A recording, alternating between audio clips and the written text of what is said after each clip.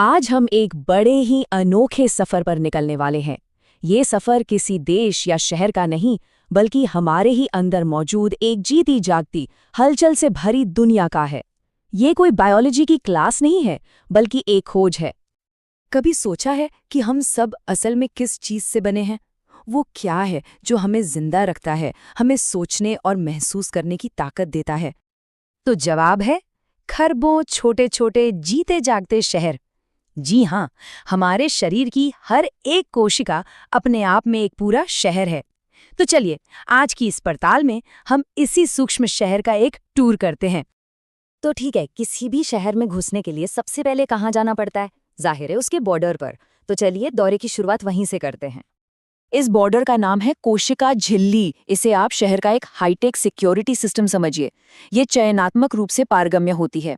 मतलब इसके गेट पर जो गार्ड्स हैं ना, वो बहुत सख्त हैं। वो तय करते हैं कि कौन अंदर आएगा और कौन बाहर जाएगा। जरूरी चीजों को अंदर आने देते हैं और कचरे और दुश्मनों को बाहर ही रोक देते हैं।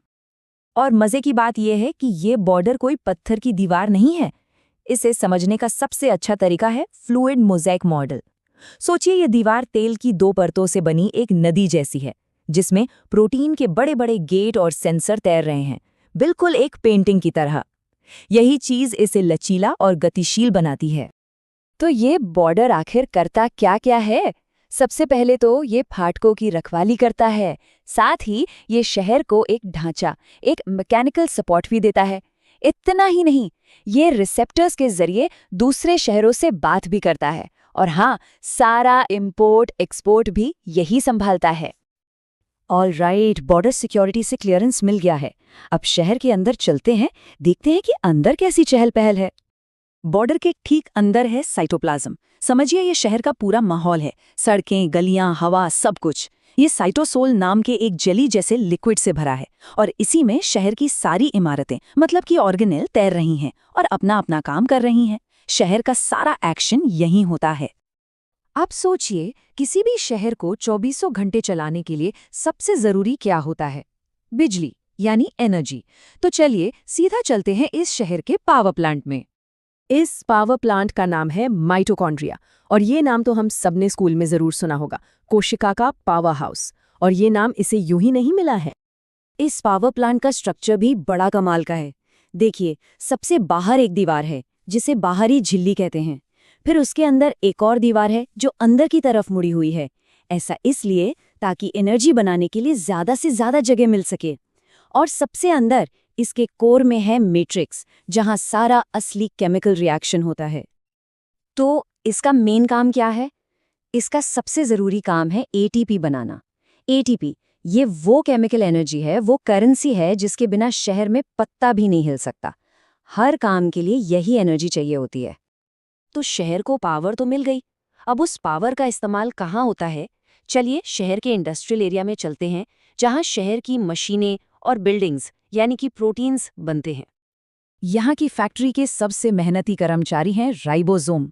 ये छोटे छोटे वर्कर्स हैं जिनका एक ही काम है कंट्रोल सेंटर से मिले ब्लूप्रिंट को पढ़ना और धड़ाधड़ शहर के लिए जरूरी प्रोटीन बनाते जाना।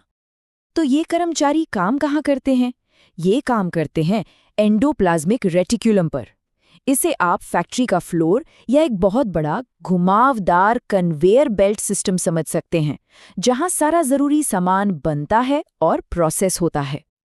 अब ये असेंबली लाइन भी दो तरह की है। एक है रफ ईआर। इसे रफ इसलिए कहते हैं क्योंकि इसकी सतह पर हमारे कर्मचारी यानी राइबोसोम चिपके होते हैं, जिससे ये खुरदुरा दिखता है। यहाँ मेनली प्रोटीन बनते हैं। और दूसरी तरफ है स्मूथ ईआर, जिसकी सतह एकदम चिकनी होती है क्योंकि वहाँ कोई राइबोसोम नहीं होता। इसका काम है लिपिड और कार्बोहाइड्रेट बनाना। अच्छा, सामान बन तो गया, लेकिन उसे सही जगह पर भेजना भी तो पड़ेगा। यहीं पर काम आता है शहर का शिपिंग डिपार्टमेंट, यानी गोल्जी बॉडीज। ये एक पोस्ट ऑफिस की तरह है। ये बने हुए प्रोटीन्स को मॉडिफाई करता है, उनकी छटाई करता है, उन पर सही एड्रेस का लेबल लगाता है और फिर उन्हें ठीक से पैक करके जहां भी जरूरत हो भेज देता है। अब इतने बड़े शहर में साफ सफाई और सुरक्षा भी तो चाहिए। ये जिम्मेदारी है लाइसोसोम की टीम की। इन्हें आप शहर का सैनिटेशन डिपार्टमेंट, रिसाइकलिंग यूनिट और सिक्योरिटी गार्ड सब कुछ मान सकते हैं। ये कचरा साफ करते हैं, पुरानी खराब मशीनों को तोड़कर खत्म करते हैं और अगर कोई दुश्मन शहर में घुस आए तो उससे भी निपटते हैं। चलिए अब इस दौरे के अंतिम और सबसे महत्वपूर्ण पड़ाव पर चलते हैं, शहर का सिटी हॉल या कंट्रोल सेंटर। इसका नाम है न्यूक्लियस या हिंदी में केंद्रक। और जैसा कि नाम से ही पता चल रहा है, ये है कोशिका का कंट्रोल सेंटर। शहर में जो कुछ भी होता है उसका हर फैसला, हर ऑर्डर यहीं से आता है। इसकी सुरक्षा भी बहुत तगड़ी है।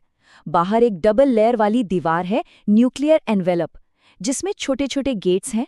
अंदर है क्रोमैटिन। समझिए ये शहर की सबसे बड़ी लाइब्रेरी है, जिसमें शहर के सारे ब्लूप्रिंट यानी हमारा डीएनए बहुत कसकर पैक करके रखा हुआ है। और इसके अंदर भी एक और घना एरिया है, न्यूक्लियोलस, जहां फैक्ट्री के कर्मचारी यानी राइबोसोम तैयार किए जाते हैं। तो कुल मिलाके ये कंट्रोल सेंटर 3 सबसे बड़े काम संभालता है। पहला, ये शहर के मेयर की तरह है, जो हर डिपार्टमेंट को निर्देश देता है और शहर की सारी एक्टिविटीज को कंट्रोल करता है। दूसरा, ये शहर की वो तिजोरी है जहां भविष्य की पीढ़ियों के लिए सारे ब्लूप्रिंट यानी हमारी जेनेटिक जानकारी महफूज रखी जाती है।